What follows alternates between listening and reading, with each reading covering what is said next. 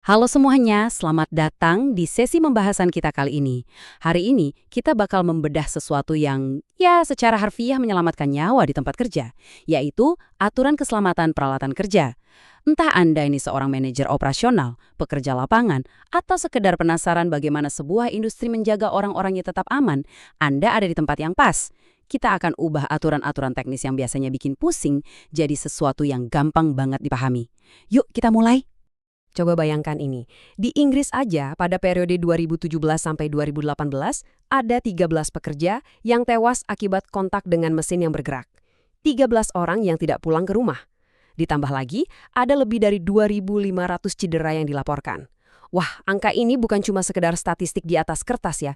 Ini pengingat keras buat kita semua, kalau pemahaman soal bahaya mesin itu benar-benar urusan hidup dan mati. Padahal, kalau dipikir-pikir, hampir semua insiden itu sebenarnya sangat bisa dicegah kalau pemahamannya tepat. Nah, untuk sesi kali ini, peta jalan kita cukup simpel. Kita akan mulai dari mendefinisikan peralatan kerja, lalu masuk ke manajemen dan pemeliharaan, bahas sedikit soal perkakas tangan dan mesin portable, lanjut ke bahaya mesin, dan ditutup dengan hierarki pengamanan. Singkat, padat, dan pastinya penting. Oke, mari kita masuk ke bagian pertama, mendefinisikan peralatan kerja. Cakupannya ternyata luar biasa luas, dan tentu saja tanggung jawabnya juga besar. Jadi apa sih sebenarnya yang dimaksud dengan peralatan kerja? Kalau merujuk pada panduan keselamatan, definisinya adalah segala mesin, perkakas, perangkat, alat, atau instalasi yang digunakan di tempat kerja. Tolong garis bawahi kata segala di situ. Hukum itu nggak cuma melihat ekskavator raksasa sebagai alat kerja loh. Alat sekecil apapun yang ada di laci meja Anda itu juga termasuk. Intinya, tanggung jawab keselamatan ini berlaku untuk hampir semua benda yang disentuh pekerja saat melakukan tugasnya. Luar biasa kan? Biar lebih kebayang, lihat deh betapa luasnya cakupan ini.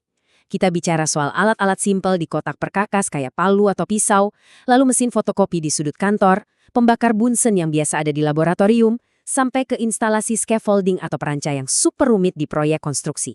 Semuanya masuk. Aturan keselamatan itu nggak pilih kasih. Kenapa? Karena palu yang gagangnya mau lepas itu bisa sama mematikannya dengan mesin bor yang nggak terawat. Lanjut ke bagian kedua kita, manajemen dan pemeliharaan. Disinilah kita bicara soal bagaimana menjaga semua peralatan tadi tetap beroperasi dengan aman. Peran manajemen di sini benar-benar krusial ya. Tugas utama mereka dimulai jauh sebelum alat itu dinyalakan. Pertama, tentukan dulu kelayakannya. Apakah alat ini cocok buat kerjaannya? Aman nggak kalau dipakai di tempat basah atau yang gampang terbakar? Selain itu, manajemen wajib banget ngasih instruksi yang jelas, ngadain pelatihan khusus soal risikonya, dan pastikan alat-alat berisiko tinggi cuma boleh dipegang sama orang yang memang udah ditugaskan dan kompeten. Percaya deh, milih alat yang pas dan melatih orang yang tepat itu udah menyingkirkan banyak banget risiko dari awal. Nah, ngomong-ngomong soal merawat alat, ada 3 strategi utama yang biasanya dipakai. Pertama, pemeliharaan preventif terencana. Ini mirip kayak jadwal ganti oli mobil Anda, dilakukan rutin buat mencegah kerusakan. Kedua, pemeliharaan berbasis kondisi. Di sini kita mantau data sensal buat tahu kapan harus turun tangan. Sangat cocok buat komponen yang kritis bagi keselamatan. Dan yang terakhir, perbaikan breakdown, alias perbaikan reaktif pas alatnya udah rusak. Tapi ingat baik-baik, strategi breakdown ini cuma boleh dipakai kalau kerusakannya nggak nimbulin bahaya langsung buat pekerja. Kalau yang rusak itu sistem rem pada mesin operasional, ya jangan tunggu sampai blong-dong baru diperbaiki. Sekarang kita masuk ke bagian ketiga, perkakas tangan dan mesin portable. Ini nih bahaya yang secara harfiah ada di telapak tangan kita sendiri. Anda mungkin penasaran, apa sih penyebab utama kecelakaan dari perkakas tangan manual? Jawabannya mengejutkan, karena sangat sepele. Pakai alat yang salah atau pakai alat yang udah rusak. Sesederhana itu. Misalnya maksa pakai obeng buat mencongkel sesuatu layaknya pahat, atau cuek aja pakai kunci pas yang udah aus. Nah, kesalahan-kesalahan kecil atau godaan buat ngambil jalan pintas kayak gini justru jadi biang kerok mayoritas cedera tangan yang kita lihat di statistik awal tadi. Begitu kita beralih ke perkakas listrik portable, wah ancamannya beda lagi. Jauh lebih mekanis dan agresif. Coba lihat, mesin bor listrik di sebelah kiri. Dia bawa resiko bikin pakaian terjerat di mata bor yang berputar tajam dan bahaya tertusuk. Di sisi lain, Mesin amplas atau belt sander di sebelah kanan punya resiko menarik apa saja ke dalam sabuknya yang berputar cepat, plus resiko kulit tergesek parah. Dua alat ini sering banget dipakai berbarengan, tapi sadar nggak sih, keduanya nuntut kewaspadaan terhadap bahaya yang sama sekali berbeda? Pastinya, kita nggak membiarkan para pekerja menghadapi itu tanpa pertahanan. Ada banyak lapisan pelindung, mulai dari insulasi ganda pada bodinya, penggunaan sistem tegangan rendah, sampai alat sakti bernama RCD atau perangkat arus sisa yang bakal langsung mutus listrik kalau ada korsleting. Kalau perlindungan elektrik ini digabung dengan kebiasaan inspeksi sebelum dipakai, plus pakai APD yang benar kayak kacamata, masker debu, dan pelindung telinga, barulah kita punya benteng pertahanan yang solid dari cedera fatal. Kita beranjak ke bagian keempat, bahaya mesin. Mari kita singkap ancaman-ancaman tersembunyi yang mengintai di pabrik atau tempat kerja. Penting banget buat kita menarik garis pemisah yang jelas di sini.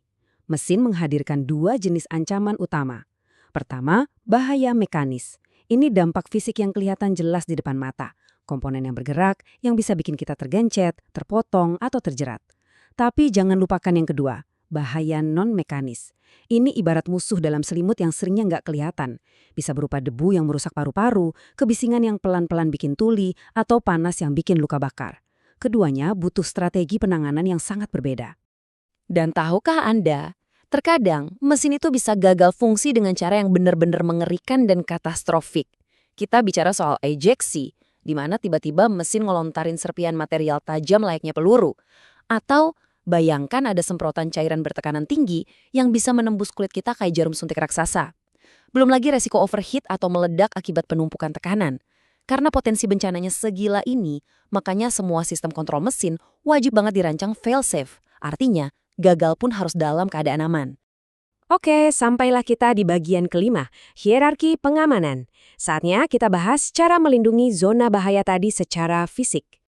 Pernah lihat tombol besar berwarna merah ini kan? Ya, tombol berhenti darurat alias emergency stop. Syarat mutlaknya harus gampang banget dijangkau buat ngentiin mesin pas lagi krisis. Tapi ada tapinya nih. Tombol ini didesain buat menghentikan mesin dengan cepat tapi tetap terkendali agar nggak menciptakan bahaya baru. Jadi yang jelas, tombol ini sama sekali nggak boleh dipakai cuma buat sekedar mematikan mesin sehari-hari ya. Lalu, gimana ceritanya kalau pekerja harus masuk ke dalam mesin untuk pemeliharaan? Di momen inilah sistem lockout/tagout atau LOTO jadi pahlawan sesungguhnya. Gembok isolasi ini mastiin pasokan energinya benar-benar terputus total. Selama gembok ini masih terpasang, mesin itu mustahil nyala sendiri atau terhubung lagi ke listrik secara nggak sengaja saat masih ada orang di dalamnya. Ini literally sebuah fitur penyelamat nyawa. Nah, kalau mesinnya lagi beroperasi normal, aturan hukum mewajibkan kita mematuhi sebuah hierarki perlindungan yang sangat ketat. Urutan pertamanya, Anda wajib banget pakai pelindung tetap yang menutupi bagian berbahayanya asalkan itu memungkinkan secara praktis. Anda nggak boleh main lompat ke tahap perlindungan 2 atau 3 kalau tahap 1 ini masih bisa dilakukan. Baru deh kalau pelindung tetap itu nggak memungkinkan, kita beralih ke perangkat perlindungan lain seperti sensor. Dan opsi mentok terakhirnya banget adalah pakai alat bantu manual kayak tongkat pendorong. Kenapa pelindung tetap atau fixed guards ini posisinya di puncak hierarki? Karena keuntungannya luar biasa besar, biayanya murah, gampang banget diinspeksi secara visual, dan bonusnya bisa nahan suara bising atau lontaran material. Tapi, kelemahannya justru ada pada sifat dasar manusia. Karena pelindung ini seringkali harus dibongkar secara manual pakai alat saat ada perbaikan, para pekerja itu kadang saking buru-burunya lupa atau sengaja nggak memasangnya kembali. Ini adalah celah kerentanan human error yang amat sangat fatal. Untungnya, teknologi punya jawaban cerdas buat ngakalin kelemahan manusia tadi. Namanya interlocking guard atau pelindung saling mengunci. Ini idenya brilian banget. Sistem ini punya saklar elektronik yang nyambung dengan pintu pelindung. Begitu pintunya Anda buka, sinyal listrik terputus dan mesin langsung mati seketika. Dan yang paling hebat, mesin itu nggak bakal mau dinyalakan ulang sampai pintunya benar-benar tertutup dan terkunci kembali pada posisinya. Aman banget kan? Sebagai penutup pertahanan fisik kita harus memperhatikan lingkungan operasionalnya secara keseluruhan. Coba cek, apakah mesinnya udah dibaut kuat ke lantai supaya stabil dan nggak terbalik? Apakah pencahayaannya udah pas buat ngerjain tugas spesifik di situ? Dan nggak kalah penting, apakah ada rambu yang jelas serta alarm peringatan yang aktif terdengar nyaring, kayak alarm mundur pada kendaraan alat berat? Semua ini adalah lapisan pertahanan terakhir di lingkungan kerja yang sama sekali nggak boleh disepelekan. Wah, nggak terasa ya pembahasan kita udah bawa kita dari mengenali bahaya palu biasa sampai ke kecanggihan sensor pelindung mesin otomatis. Tapi begini, segala teori yang kita bahas tadi nggak akan menyelamatkan siapapun kalau cuma didengarkan. Jadi saya mau kasih tantangan nih. Besok pagi, pas Anda melangkah masuk ke tempat kerja, coba edarkan pandangan ke mesin dan perkakas di sekitar Anda. Tanyakan satu hal ini secara jujur pada diri sendiri. Apakah tempat kerja Anda saat ini benar-benar dilindungi oleh sistem pengamanan yang andal, atau selama ini kita cuma sekedar mengandalkan keberuntungan semata? Pikirkan baik-baik ya.